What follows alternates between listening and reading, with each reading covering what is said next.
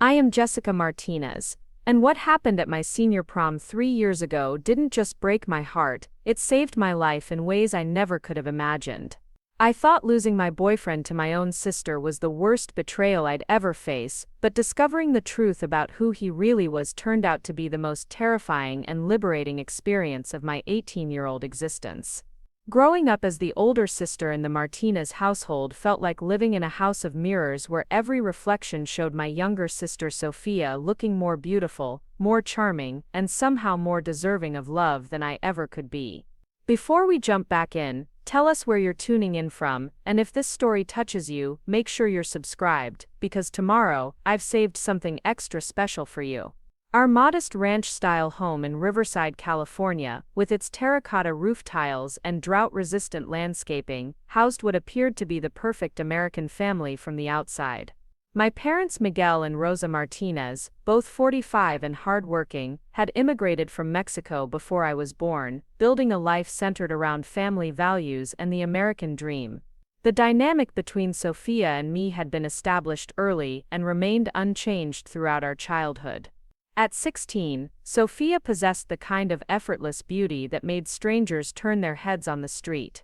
Her long silky black hair caught sunlight like spun gold, her dark eyes held mystery and mischief in equal measure, and her smile could charm anyone from our elderly neighbor Mrs.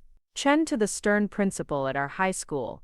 Meanwhile, I had always been the studious one, the responsible one, the daughter who quietly excelled academically while Sofia dazzled socially. My parents never explicitly stated their preference, but their actions spoke louder than any words could have. When Sofia wanted dance lessons at 12, they found the money despite our tight budget. When I asked for a scientific calculator for my advanced mathematics classes, they suggested I save up from my part-time job at the local library. Sofia's quinceañera had been a lavish affair with a rented hall, professional photographer, and a dress that cost more than my entire wardrobe combined. My 16th birthday was celebrated with a homemade cake and dinner at our kitchen table. The pattern continued through high school. Sofia, a sophomore when I was a senior, seemed to glide through her classes with minimal effort while maintaining a busy social calendar. Teachers adored her, classmates competed for her attention, and boys practically formed lines hoping for a moment of her time. I, on the other hand, worked tirelessly to maintain my grade point average, participated in academic competitions, and spent most Friday nights studying or working extra shifts to save money for college. Despite the obvious favoritism, I tried not to resent my sister. Sofia wasn't cruel or deliberately manipulative, she simply existed in a world where doors opened automatically, where people naturally wanted to please her, where life seemed easier. She couldn't help being born with advantages I lacked, just as I couldn't help being born with the drive and determination that came naturally to me, but seemed to elude her. The fall of my senior year brought college applications, scholarship essays, and the mounting pressure of securing my future. My parents had made it clear that while they supported my educational goals, the financial reality meant I would need to fund my own college education. I spent countless hours crafting the perfect application essays, researching scholarship opportunities, and maintaining the perfect grades necessary to secure financial aid. My guidance counselor, Mrs. Patterson, became my ally in this process, recognizing my potential and helping me navigate the complex world of higher education financing. It was during one of these stressful application periods that I met Derek Thompson. He was new to Riverside High, having transferred from a private school in Los Angeles due to what he vaguely described as family circumstances. At 17, Derek possessed a mature confidence that set him apart from the typical high school boys. He was tall with sandy brown hair that he wore slightly longer than school regulations typically allowed, green eyes that seemed to see everything, and a smile that appeared genuine but somehow calculated at the same time.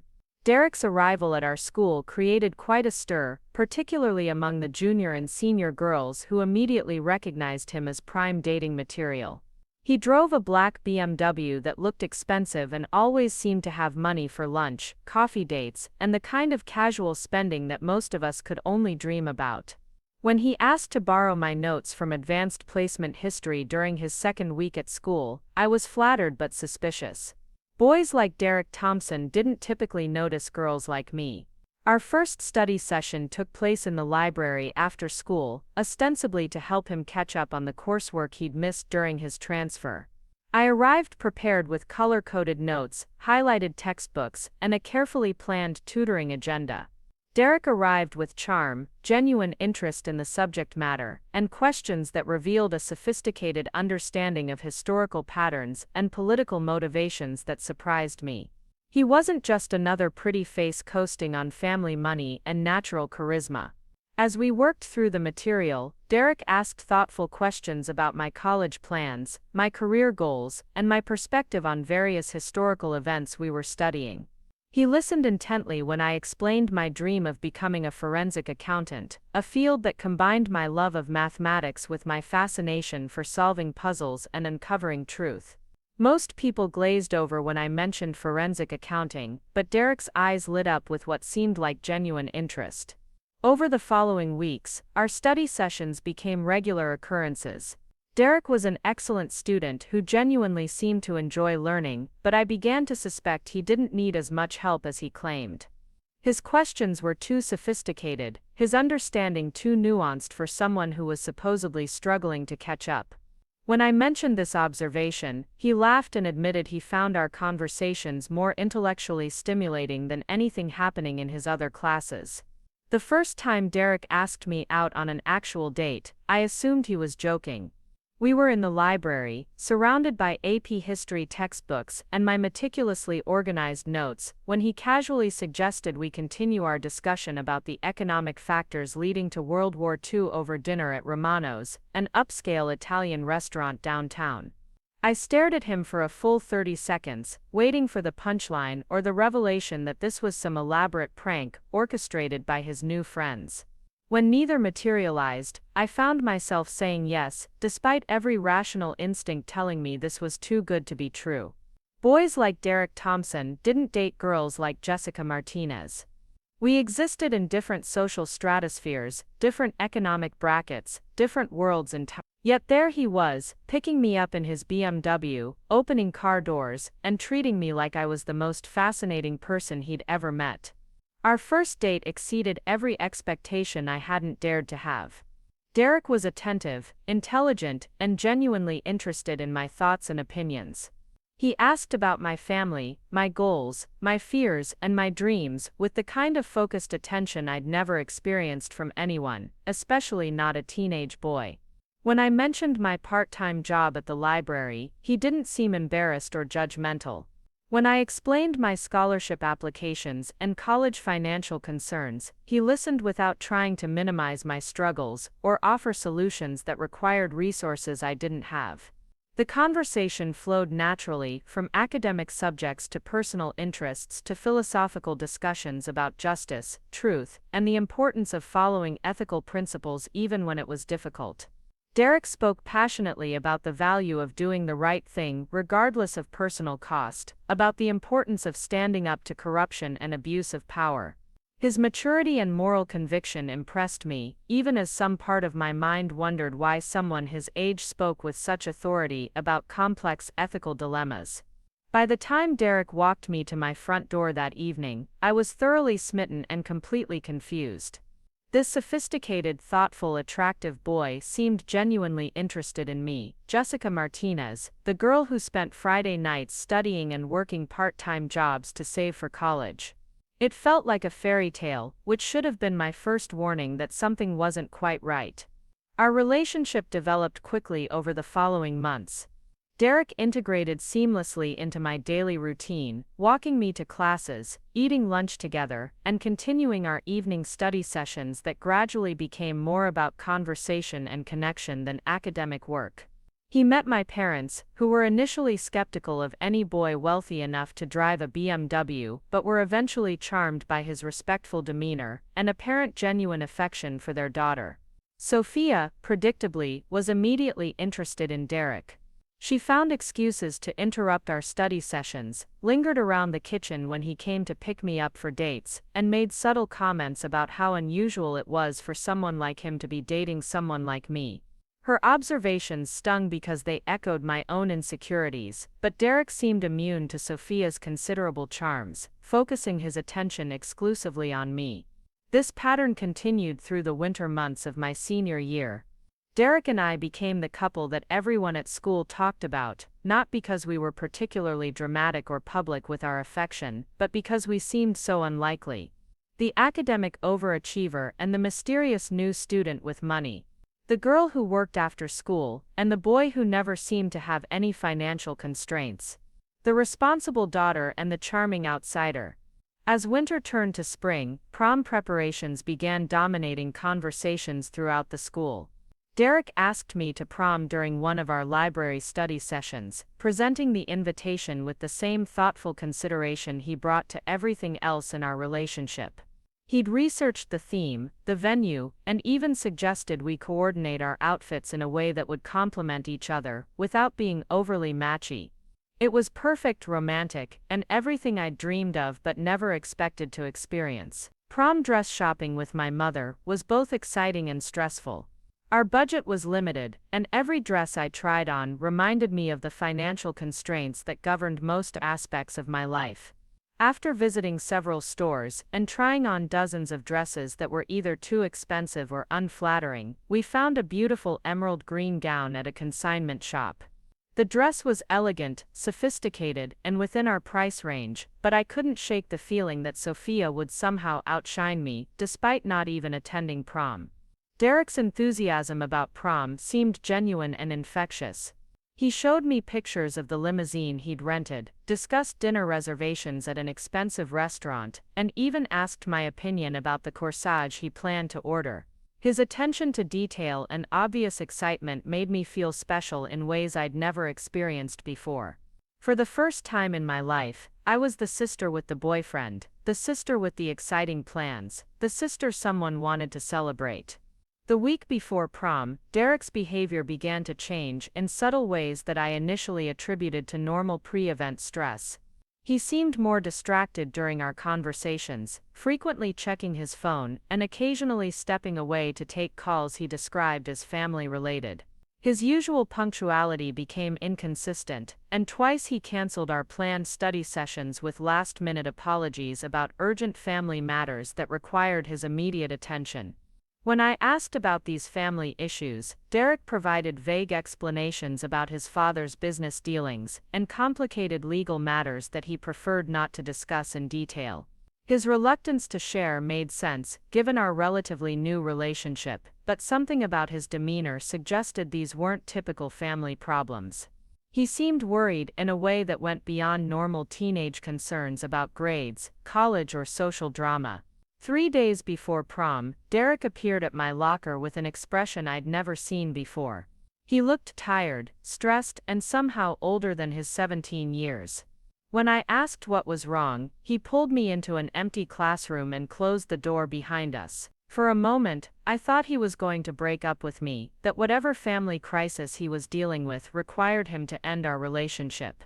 Instead, he took my hands in his, and looked directly into my eyes with an intensity that made my heart race. He told me he needed to share something important with me, something that would change how I saw him and potentially how I felt about our relationship.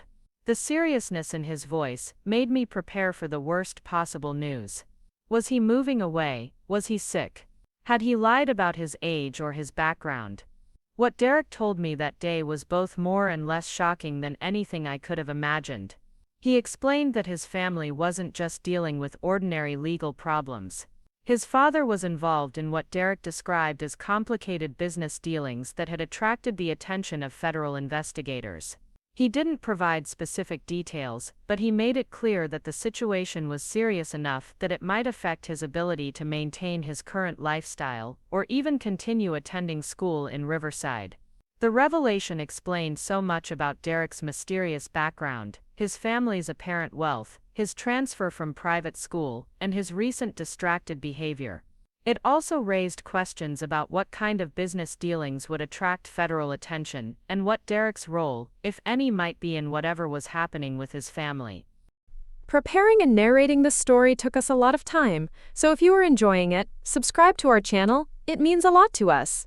Now back to the story. When I asked these questions, Derek assured me that he wasn't personally involved in any illegal activities, but that being part of the family meant dealing with consequences regardless of personal involvement. Despite this concerning news, Derek insisted that he still wanted to take me to prom. He said that spending that evening with me, celebrating our relationship and my achievements, was more important to him than whatever chaos was happening in his family life. His determination to make prom special for me, even while dealing with serious family problems, demonstrated a level of thoughtfulness and commitment that made me fall even more deeply in love with him. The night before prom, I lay awake thinking about Derek's revelation and what it might mean for our future together. College would separate us anyway, as I'd been accepted to UC Berkeley with a full scholarship package I'd worked years to achieve. Derek's family situation added another layer of uncertainty to our relationship, but I tried to focus on the present moment rather than worry about problems we couldn't control. Prom morning arrived with typical California sunshine and the kind of excited energy that permeated the entire house. My mother had taken the day off work to help me prepare, and even my father seemed unusually interested in the evening's events. Sofia watched the preparations with what seemed like genuine happiness for my special day, offering to help with my hair and makeup without any of her usual teasing or competitive behavior. The transformation from everyday Jessica to prom Jessica felt magical. The emerald green dress fit perfectly, my hair cooperated with the elegant updo my mother had practiced for weeks, and for once I felt beautiful in the way I'd always imagined other girls felt naturally. When Derek arrived to pick me up, wearing a perfectly fitted black tuxedo with an emerald green bow tie that matched my dress exactly, I felt like the luckiest girl in the world. Derek's reaction to seeing me in my prom dress was everything I'd hoped for and more. His face lit up with genuine admiration and what looked like pride at being my date. He presented me with a corsage of white orchids that complemented my dress perfectly, and he spent several minutes talking with my parents about the evening's plans while I gathered my purse and wrap. The photographs we took before leaving were beautiful, capturing a moment of pure happiness and anticipation. Derek and I looked like we belonged together, like a real couple celebrating a milestone in our relationship. Sofia took dozens of pictures, ensuring we had memorials of every possible angle and pose. Even she seemed caught up in the magic of the moment, commenting on how perfect we looked together, and how lucky I was to have such a thoughtful boyfriend. Our dinner at Romano's exceeded my expectations for elegance and romance.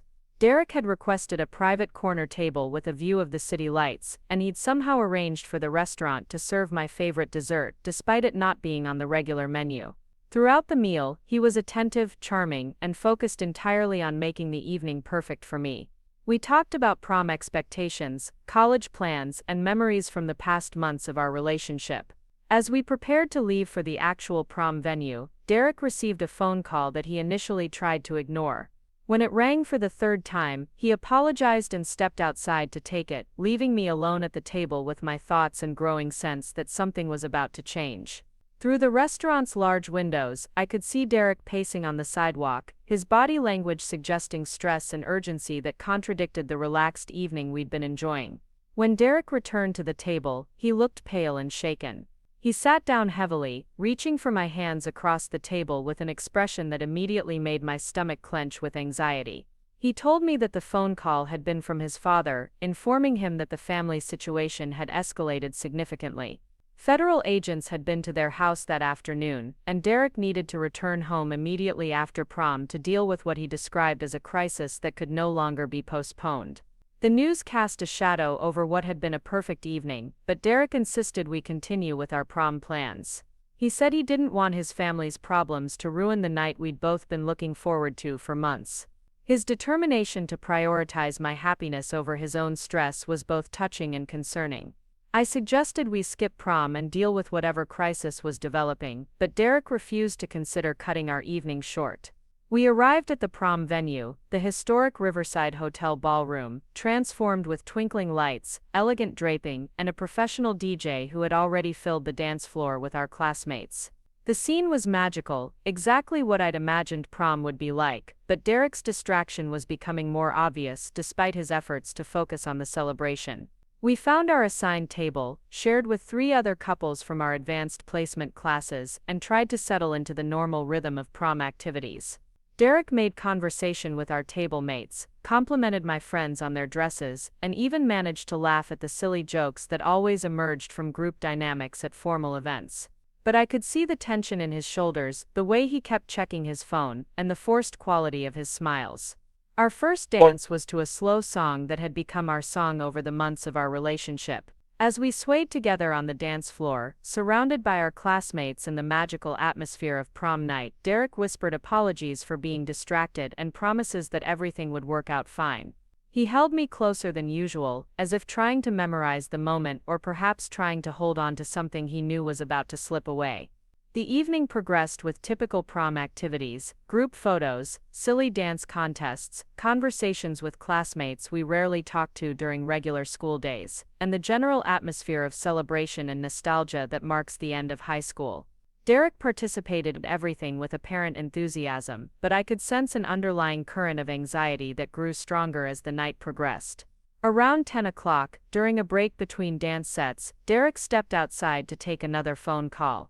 This time he was gone for nearly 15 minutes, leaving me to make awkward conversation with our table mates while fighting growing concern about whatever crisis was unfolding in his family.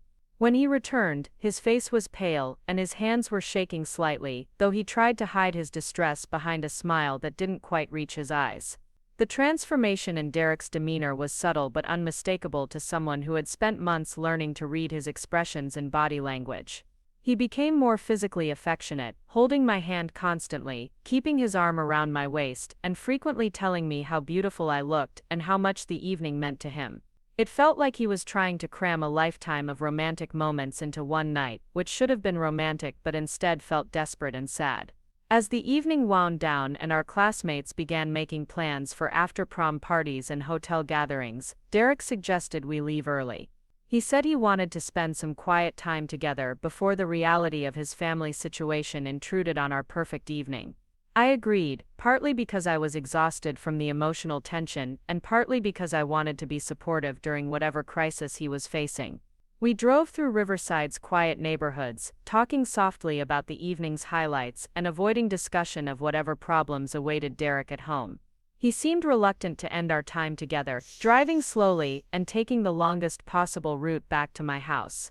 When we finally arrived, he walked me to the front door with obvious reluctance, as if leaving me would make his family problems more real and immediate. Our goodnight kiss was longer and more intense than usual, filled with emotions I couldn't quite identify but that felt like goodbye rather than see you tomorrow. Derek held me tightly, whispering thank you for the perfect evening and promising to call me the next day once he'd dealt with his family crisis. As I watched him drive away, I had the strangest feeling that our fairy tale romance was about to become much more complicated than either of us had anticipated. I went to bed that night still wearing my prom dress, too emotionally exhausted to change but too wired to sleep. The evening had been everything I'd dreamed it would be, and somehow disappointing at the same time. Derek's distraction and obvious stress had colored what should have been purely magical moments. I lay awake wondering what kind of family crisis required federal investigation and what it might mean for our relationship. Sunday morning brought sunshine streaming through my bedroom windows and the kind of post-prom laziness that felt earned after months of anticipation. I finally changed out of my dress, carefully hanging it in my closet with the corsage Derek had given me. As I moved around my room, tidying up the pre-prom preparation chaos, I kept expecting my phone to ring with Derek's promised call about how his family situation was being resolved. By noon, my concern had shifted to worry. Derek was never late calling when he promised to, and his phone was going straight to voicemail without even ringing first. I tried texting him casual messages asking how he was doing, but the messages showed as delivered without any response. The silence felt wrong, especially after the intensity of our goodbye the night before. I spent Sunday afternoon helping my mother with household chores, trying to distract myself from the growing anxiety about Derek's absence. Every time my phone buzzed, my heart jumped, expecting to see his name on the screen. Instead, I received messages from classmates sharing prom photos and discussing the after-parties I'd missed. Several friends commented on how perfect Derek and I had looked together, how lucky I was to have such a devoted boyfriend, and how romantic our early departure had seemed. Monday morning at school brought no sign of Derek. His usual parking spot remained empty, and his absence from our first period AP history class created a noticeable gap in the classroom dynamic. Mrs. Patterson asked if I knew why Derek was absent, clearly concerned about his missing an important review session for our upcoming final exam. I could only shrug and mumble something about family emergencies, fighting the growing knot of worry in my stomach. By Tuesday, Derek's continued absence without any communication had become the subject of school-wide speculation. His mysterious background and sudden disappearance after prom created the perfect conditions for wild rumors. Some students theorized he'd been in a car accident, others suggested his family had moved away suddenly.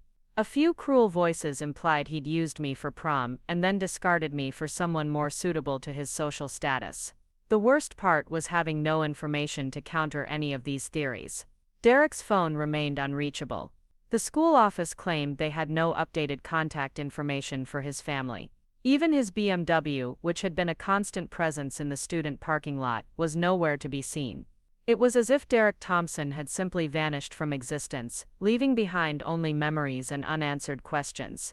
Wednesday afternoon brought Sofia to my bedroom door, ostensibly offering sisterly support but clearly fishing for gossip about Derek's disappearance. She perched on my desk chair, examining her manicured nails while asking seemingly innocent questions about Derek's family situation and whether I'd noticed anything unusual about his behavior recently. Her interest felt predatory rather than supportive, but I was too emotionally drained to deflect her questions effectively. During this conversation, Sofia made an observation that struck me as oddly perceptive for someone who'd shown minimal interest in my relationship beyond superficial curiosity. She mentioned that Derek had always seemed older than his claimed age of 17, that his knowledge of adult topics and mature perspectives had struck her as unusual for a high school student.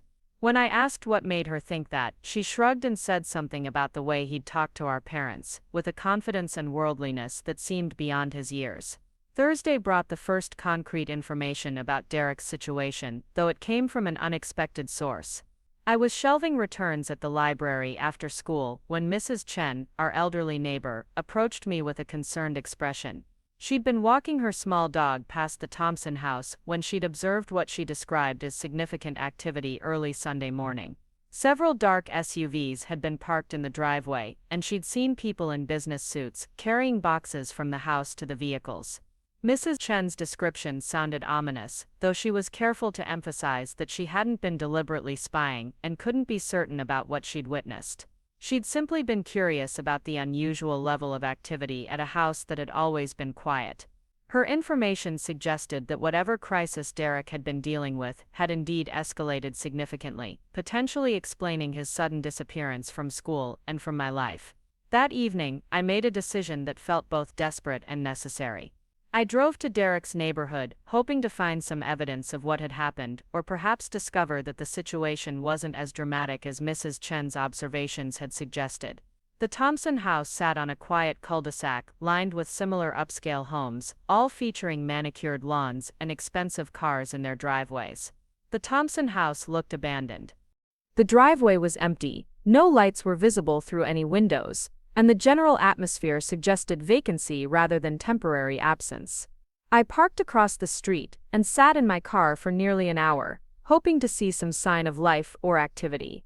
A few neighbors passed by walking dogs or jogging, but no one approached the house or seemed concerned about its apparent emptiness. As I prepared to leave, feeling foolish for my amateur detective work, I noticed an older woman working in the garden of the house next door to Derek's. She kept glancing in my direction, clearly curious about why a teenager was sitting alone in a car on her quiet street. After several minutes of mutual observation, she approached my car with the confident stride of someone accustomed to managing neighborhood affairs. The woman introduced herself as Margaret Sullivan and asked if she could help me with anything. When I explained that I was looking for the Thompson family, her expression shifted to one of sympathy mixed with curiosity. She told me that the Thompsons had moved out suddenly over the weekend, leaving no forwarding address or explanation for their neighbors. Several government vehicles had been involved in what appeared to be the removal of their belongings, though Margaret was careful to emphasize she couldn't be certain about official involvement. Margaret's information confirmed my worst fears about Derek's situation, while providing no clarity about his personal circumstances or future plans. She asked if I was a friend of the family, and when I explained that I'd been dating Derek, her expression became even more sympathetic. She suggested that whatever had caused the Thompson family's sudden departure was likely serious enough that Derek wouldn't be returning to finish his senior year at Riverside High. The drive home from Derek's empty neighborhood felt like the longest 20 minutes of my life. The reality of his disappearance was beginning to settle into my consciousness, replacing hope with the bitter understanding that our relationship had ended as abruptly and mysteriously as it had begun. I'd been abandoned without explanation, left to piece together fragments of information that painted an increasingly troubling picture of the boy I'd fallen in love with. Friday at school marked exactly 1 week since prom, and Derek's continued absence had shifted from unusual to officially concerning. The administration had apparently made attempts to contact his family, but their efforts had been unsuccessful. His teachers were required to mark him as withdrawn from classes, and his name was removed from the graduation ceremony participant list. Derek Thompson was being erased from Riverside High School as efficiently as he'd been erased from his neighborhood. The emotional impact of Derek's disappearance was complicated by my inability to discuss the situation with anyone who might understand. My parents expressed sympathy but clearly viewed this as typical teenage relationship drama that would resolve itself with time. My friends offered support but seemed more interested in the gossip aspects than my genuine heartbreak. Sofia continued her probing questions disguised as sisterly concern, but her motives remained unclear and potentially self-serving. During my lunch period that Friday, I decided to visit Mrs. Patterson in the guidance office. She'd always been supportive of my academic goals, and I hoped she might have administrative information about Derek's withdrawal that could provide some closure. Her office smelled of coffee and vanilla candles, creating an atmosphere of warmth and confidentiality that made confession feel possible. Mrs. Patterson confirmed what I'd already suspected about Derek's official withdrawal from school, but she also shared information that added new dimensions to my confusion. According to the records transferred from his previous school, Derek Thompson had actually been 18 years old, not 17 as he'd told me. His transcripts showed excellent academic performance, but also indicated he'd attended several different schools over the past 3 years, suggesting a pattern of frequent relocations. This revelation about Derek's age felt like a betrayal that cut deeper than his sudden disappearance. He'd lied about something as basic as his birthday, which called into question every aspect of our relationship. Had anything he'd told me been true, were his feelings for me genuine, or had I been part of some elaborate deception I couldn't begin to understand? The boy I'd fallen in love with was beginning to feel like a complete stranger. Mrs. Patterson also mentioned that Derek's academic records contained gaps that were unusual for someone transferring between legitimate educational institutions. Some semesters were missing entirely, and others showed enrollment periods that didn't align with typical school calendars. The pattern suggested either homeschooling periods or time spent in alternative educational environments, though the records provided no explanations for these irregularities. That weekend passed in a blur of emotional confusion and desperate attempts to make sense of Derek's disappearance. I reviewed every conversation we'd had, looking for clues I might have missed about his true identity or circumstances. His sophisticated knowledge of legal and political topics took on a more sinister meaning when combined with the revelation about federal investigators and his family's sudden departure. I also began questioning my own judgment and naivety. How had I failed to recognize that an 18-year-old might have motivations and complications beyond typical high school concerns? Why had I accepted his vague explanations about family circumstances without asking more probing questions? Had my inexperience with serious relationships made me an easy target for whatever deception Derek had been practicing? Monday brought a return to routine and the beginning of final exam preparations, but the questions about Derek continued to consume my mental energy. I found myself researching federal investigations online, trying to understand what kinds of family business might attract that level of attention. The possibilities ranged from tax evasion to organized crime, each scenario more frightening than the last, when I considered my romantic involvement with someone potentially connected to serious criminal activity. During this research, I stumbled across information about federal witness protection programs and the procedures for relocating families whose cooperation with investigations required new identities and locations. The description of sudden departures, severed communications, and complete lifestyle changes matched Derek's situation perfectly. If his family had been participating in a federal investigation, their abrupt disappearance might have been orchestrated by authorities rather than voluntary flight from justice. This possibility offered both relief and additional heartbreak. If Derek's family had been cooperating with federal investigators rather than fleeing from them, it suggested Derek himself wasn't involved in criminal activity. However, it also meant that his disappearance was likely permanent, part of an official program designed to ensure witness safety through complete anonymity.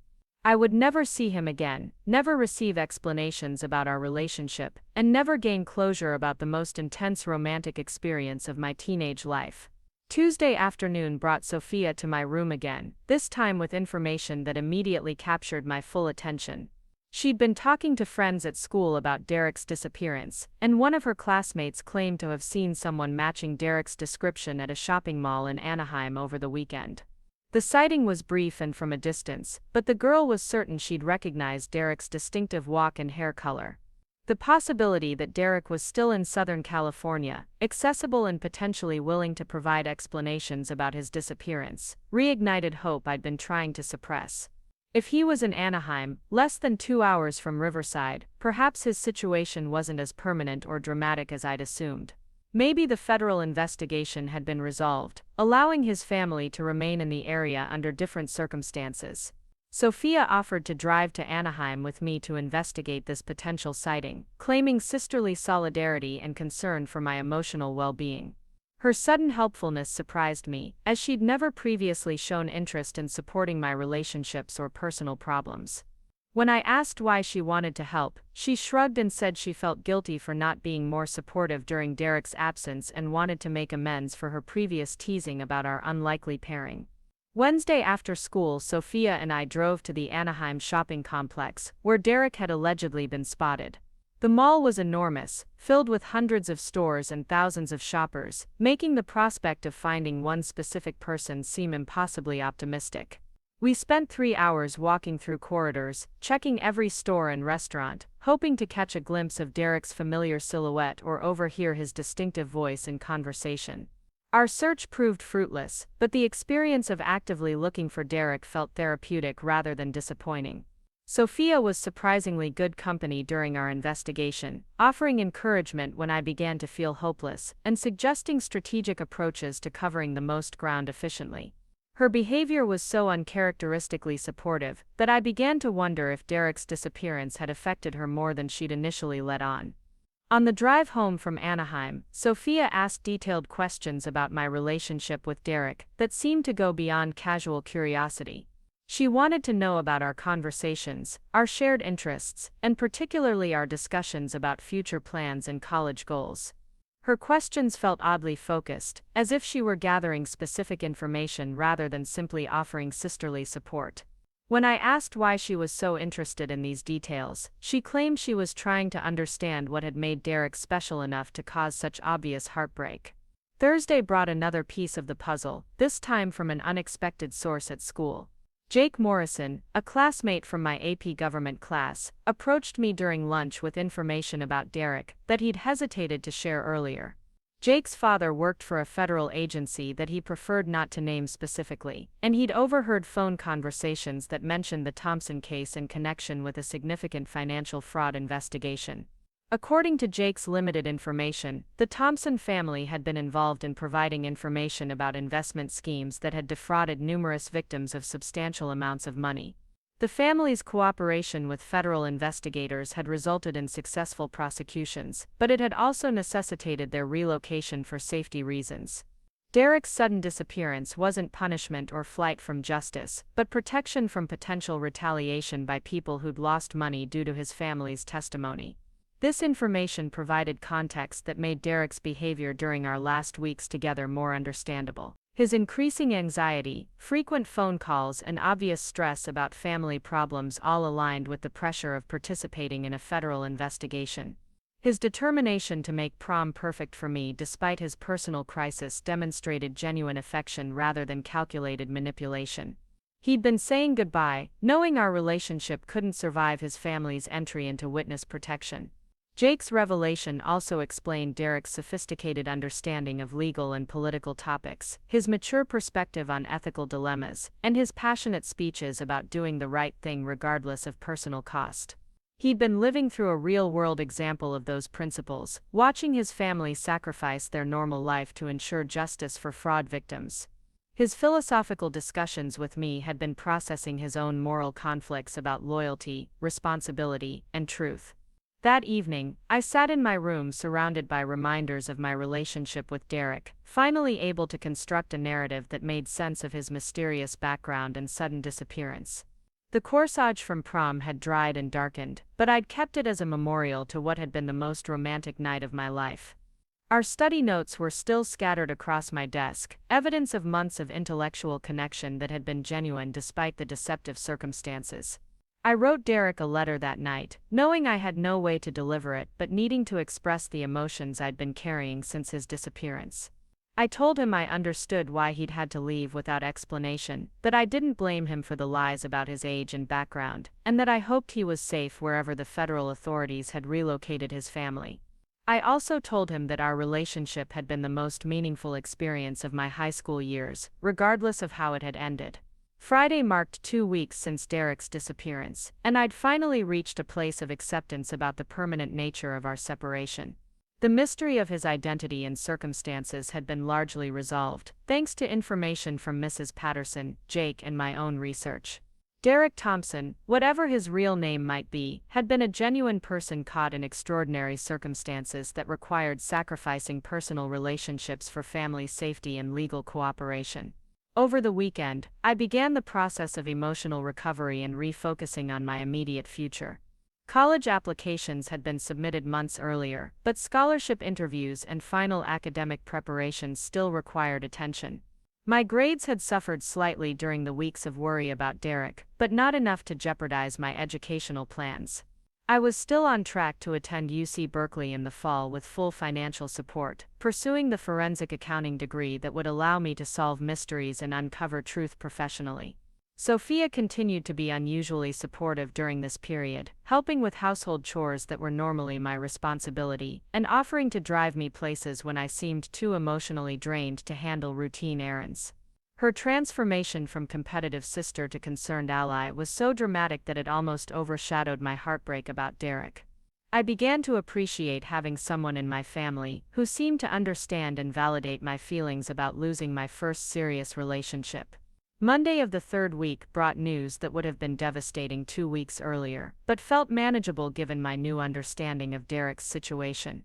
The school had received official notification that Derek Thompson would not be returning to complete his senior year at Riverside High. His transcripts were being forwarded to an undisclosed location for completion of graduation requirements through alternative arrangements, confirming that his absence was permanent and officially sanctioned. Mrs. Patterson called me to her office to discuss how Derek's withdrawal might affect my own academic standing, since we'd been study partners in several classes. She assured me that my grades and class rank wouldn't be negatively impacted, but she also offered additional counseling support if I was struggling emotionally with the situation. Her kindness and practical concern helped me feel supported during what could have been an isolating experience.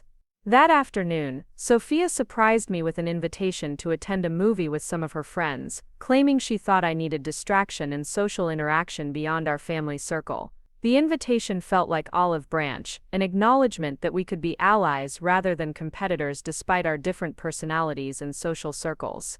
I accepted, grateful for any opportunity to think about something other than Derek and his mysterious circumstances. The evening with Sofia and her friends was more enjoyable than I'd expected. Her social circle included several girls I'd known casually for years, but had never spent time with outside of school settings. They were kind, funny, and refreshingly interested in topics beyond typical teenage concerns. Several of them were also dealing with relationship complications, creating a sense of shared experience that made me feel less alone in my heartbreak. During the drive home from the movie, Sofia asked if I was ready to start thinking about dating other people or if I needed more time to process Derek's departure. Her question surprised me because it suggested a level of emotional sophistication I hadn't previously attributed to my younger sister.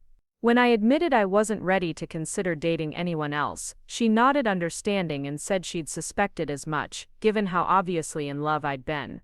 Sofia's comment about my being obviously in love struck me as particularly perceptive, since I'd tried to maintain some emotional privacy even within our family.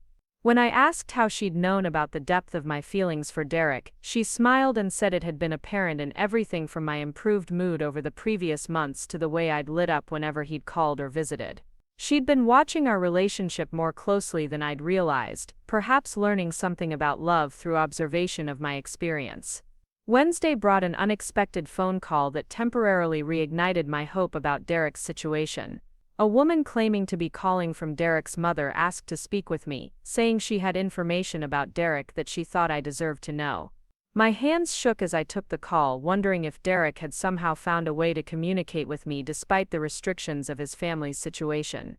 The conversation was brief and cryptic, but it provided crucial information about Derek's current circumstances. The woman confirmed that Derek was safe and well, that his family's situation had been resolved successfully, and that he often spoke about our relationship with fondness and regret about how it had ended. She couldn't provide specific details about their location or Derek's new identity, but she wanted me to know that his feelings for me had been genuine, and that he hoped I would remember our time together positively. Before ending the call, the woman gave me a message from Derek himself. He wanted me to know that meeting me had been the biggest part of a very difficult period in his life, that he'd meant everything he'd said about my intelligence and potential, and that he hoped I would pursue my forensic accounting dreams with the same determination he'd admired during our months together. The message felt like the closure I'd been desperate for, confirmation that our relationship had been as meaningful to him as it had been to me.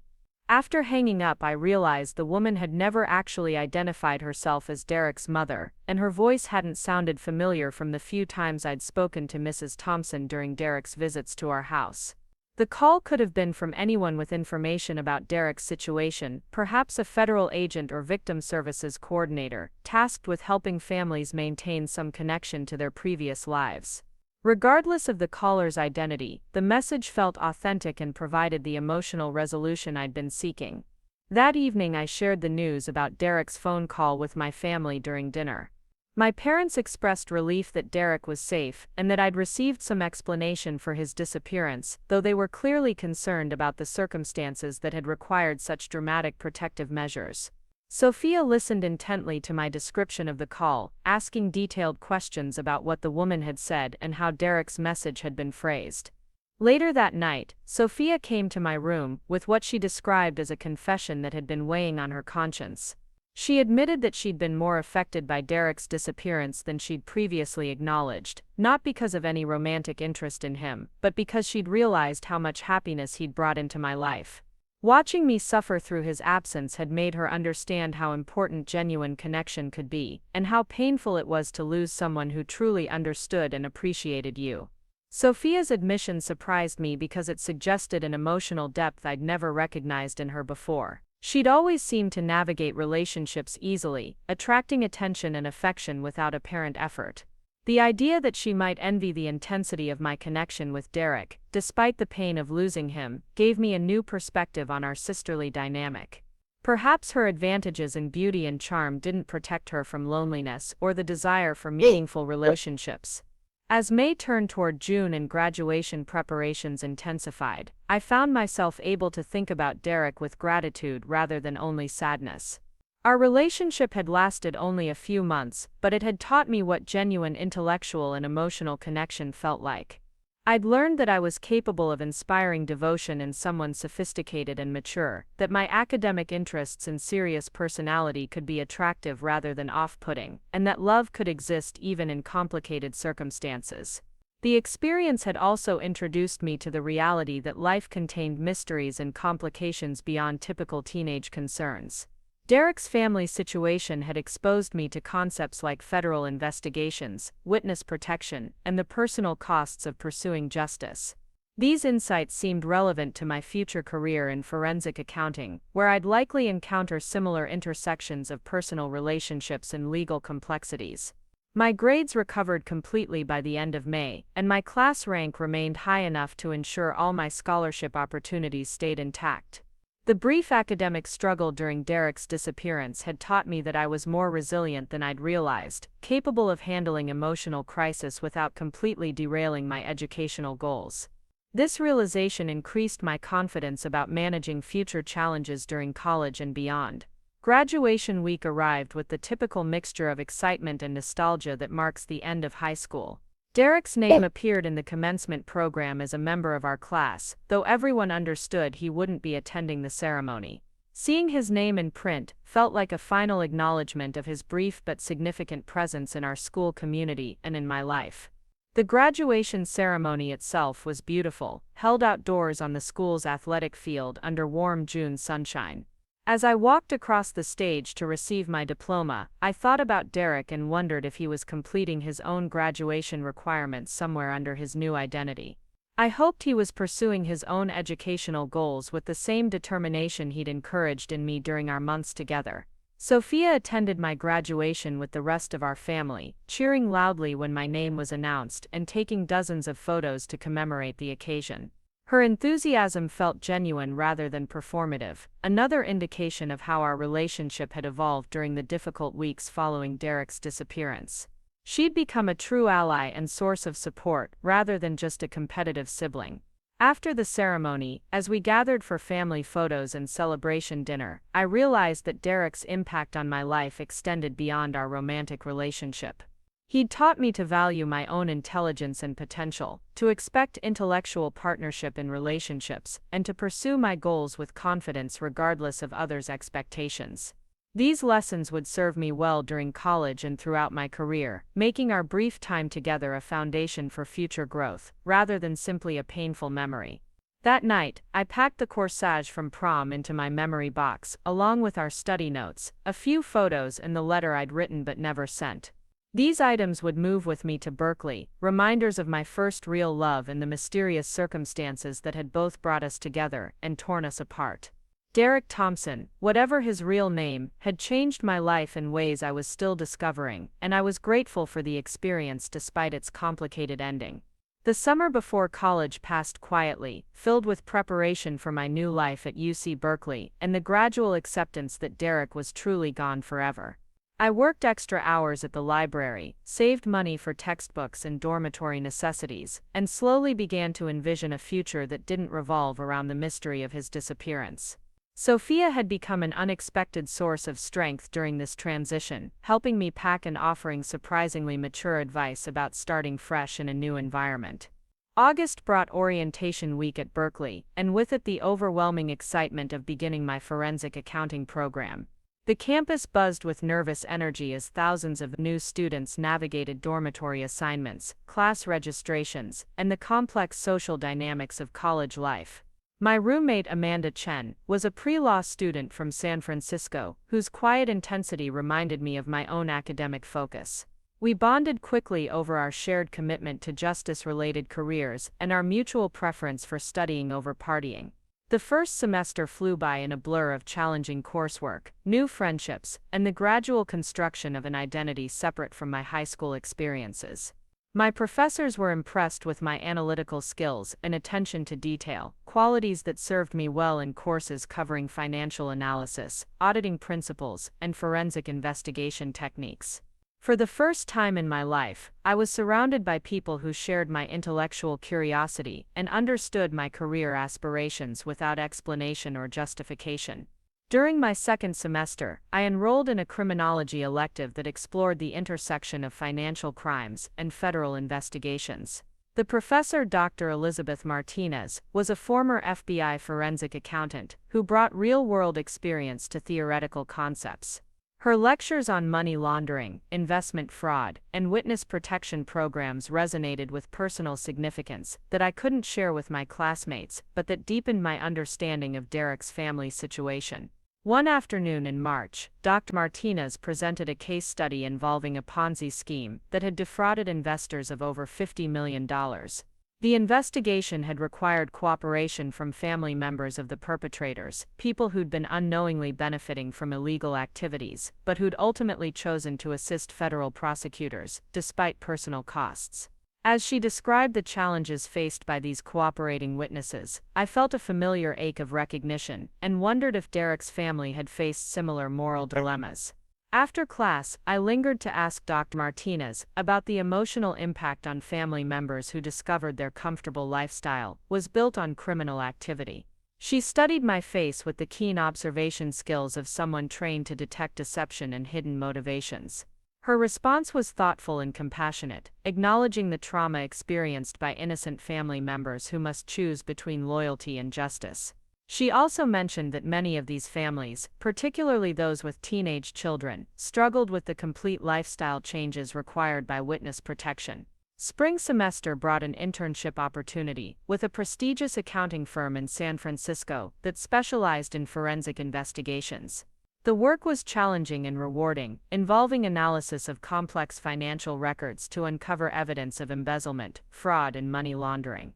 My supervisor, Mark Rodriguez, was impressed with my natural ability to identify patterns and inconsistencies that more experienced analysts had missed. He suggested I consider pursuing additional certification in fraud examination after completing my undergraduate degree. During this internship, I was assigned to assist with a case involving investment fraud that bore striking similarities to what I imagined Derek's family situation might have been. The scheme had operated for several years before being exposed by a family member who'd grown suspicious of the source of their sudden wealth. The whistleblower had been a teenage son who'd researched his father's business activities and ultimately contacted federal authorities, despite knowing it would destroy his family's financial stability. Reading through the case files, I was struck by the courage required to make such a devastating choice and the long-term consequences for all family members. The teenage whistleblower had been relocated with his mother and younger siblings, given new identities, and completely severed from their previous community. His sacrifice had led to the recovery of millions of dollars for defrauded investors, but it had also ended his normal adolescent life and any possibility of maintaining relationships formed before the investigation. My sophomore year began with increased confidence in my chosen career path and a growing sense that my experience with Derek, however painful, had prepared me for the emotional complexities of forensic accounting work. I understood firsthand how financial crimes affected innocent family members, how love could exist alongside deception, and how justice sometimes required personal sacrifice from people who'd done nothing wrong. These insights gave depth to my academic understanding of white-collar crime and its human consequences. In October of my sophomore year, I received a phone call that shattered the careful emotional equilibrium I'd constructed over the past 18 months. The caller identified herself as Special Agent Patricia Williams from the FBI's Financial Crimes Division. She was calling, she explained, because my name had appeared in files related to a federal investigation that was nearing conclusion, and she needed to ask me some questions about my relationship with someone I'd known as Derek Thompson. My hands trembled as I agreed to meet Agent Williams at a coffee shop near campus the following afternoon. The past year and a half of healing and moving forward suddenly felt fragile and inadequate as I prepared to revisit the most confusing period of my life. I spent that evening reviewing everything I remembered about Derek, trying to organize my thoughts and emotions for what promised to be a difficult conversation. Agent Williams was a professional woman in her 40s, with kind eyes and a gentle manner that immediately put me at ease. She explained that the investigation involving Derek's family had been successfully concluded, resulting in multiple convictions and the recovery of substantial assets for defrauded victims. The family's cooperation had been crucial to the prosecution's success, and their entry into witness protection had been necessary due to credible threats from associates of the convicted defendants. What Agent Williams told me next transformed my understanding of Derek's identity and our relationship in ways I hadn't anticipated. Derek Thompson wasn't his real name, which I'd suspected, but his actual identity was even more complicated than I'd imagined. He was the son of Marcus and Jennifer Walsh, who had operated a sophisticated investment fraud scheme that had stolen over $80 million from retirement accounts, college funds, and life savings of hundreds of victims. Derek, whose real name was Daniel Walsh, had discovered his parents' criminal activities during his junior year of high school when he'd used his father's computer for a school project and accidentally accessed encrypted files containing evidence of the fraud. Rather than confronting his parents directly, he'd spent months researching their activities, documenting evidence, and ultimately making the devastating decision to contact federal authorities, despite knowing it would destroy his family and his own life as he knew it. Agent Williams explained that Daniel's decision to become a federal informant at age 16 had required extraordinary courage and moral conviction. He'd worn recording devices during family conversations, photographed financial documents, and provided investigators with inside information that would have been impossible to obtain through traditional surveillance methods. His cooperation had been the key factor in building an airtight case against his parents and their criminal associates. The revelation that Derek had been an undercover informant throughout our entire relationship recontextualized every moment we'd shared together. His sophisticated understanding of legal and ethical issues hadn't been theoretical. He'd been living through the most complex moral dilemma imaginable. His passionate speeches about doing the right thing regardless of personal cost had been processing his own impossible situation. His obvious stress during our final weeks together had been the culmination of months of secretly gathering evidence against his own parents. Agent Williams also revealed that Daniel's transfer to Riverside High had been part of the federal investigation strategy. Investigators had needed to relocate him to a new environment where he could maintain his cover while the case developed.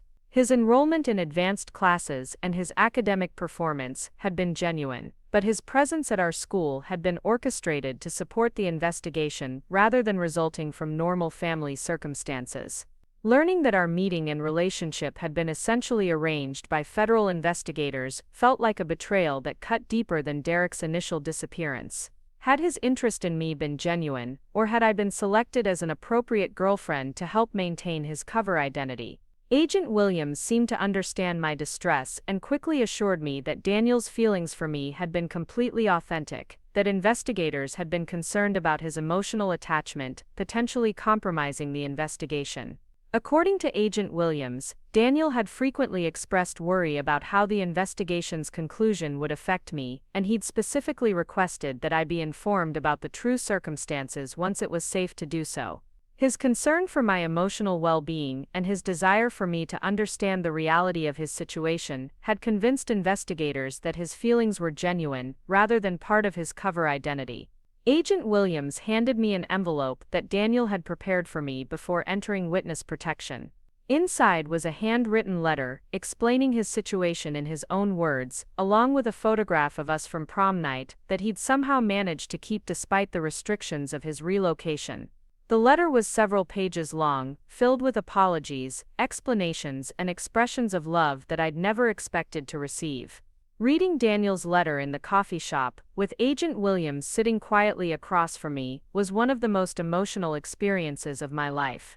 He wrote about the agony of discovering his parents' crimes, the months of internal conflict before deciding to contact authorities, and the daily struggle of maintaining his cover while secretly working to bring them to justice.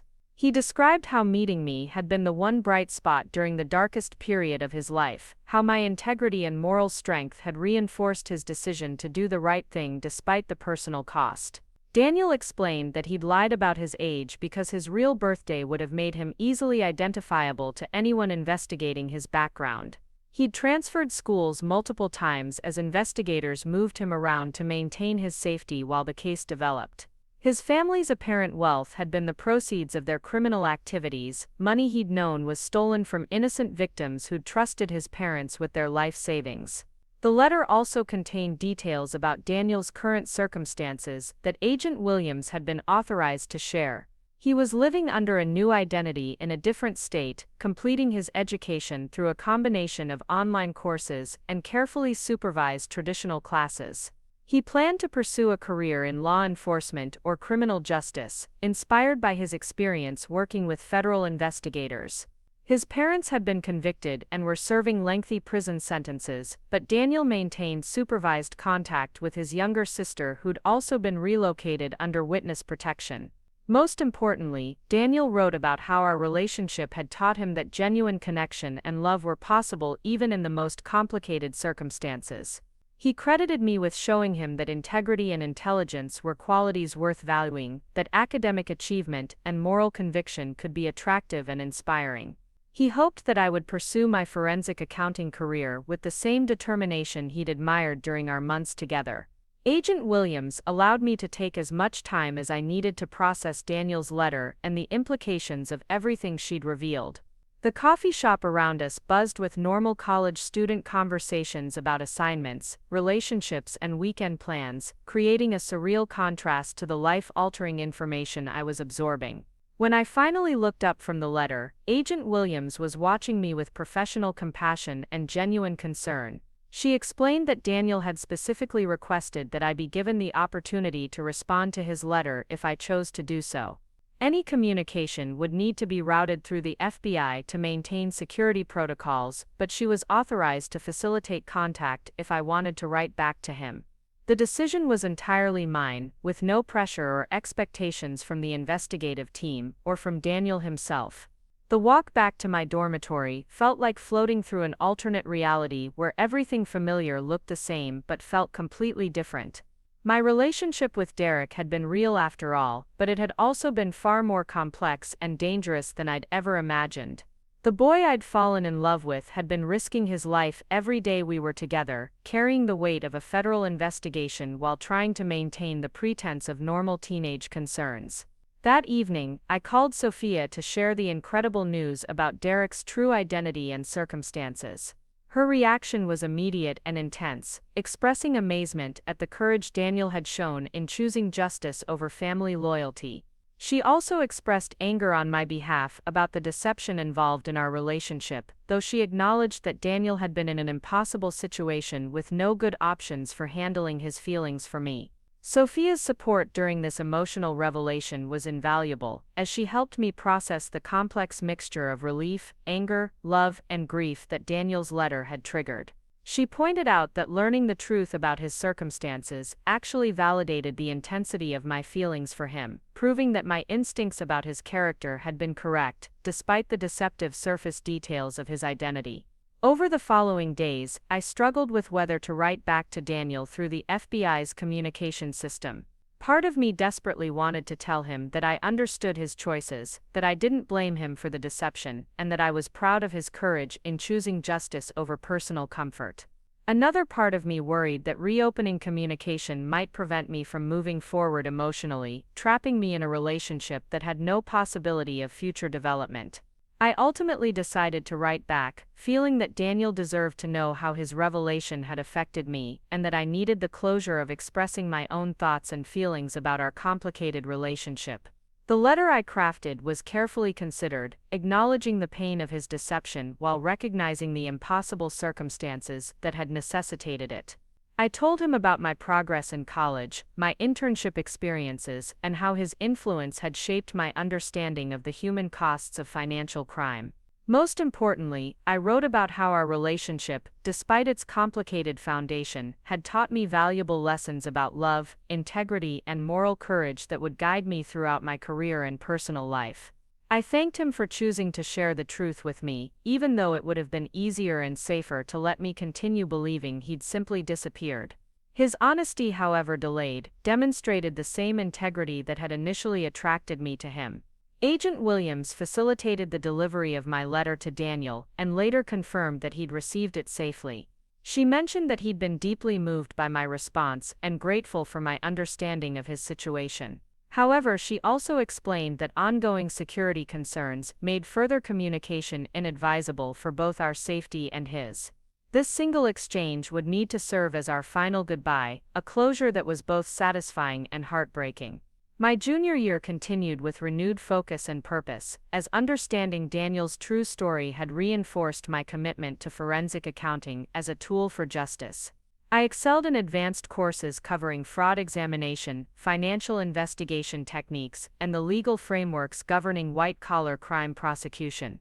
My professors began recommending me for prestigious internships and scholarship opportunities reserved for the most promising students in the program.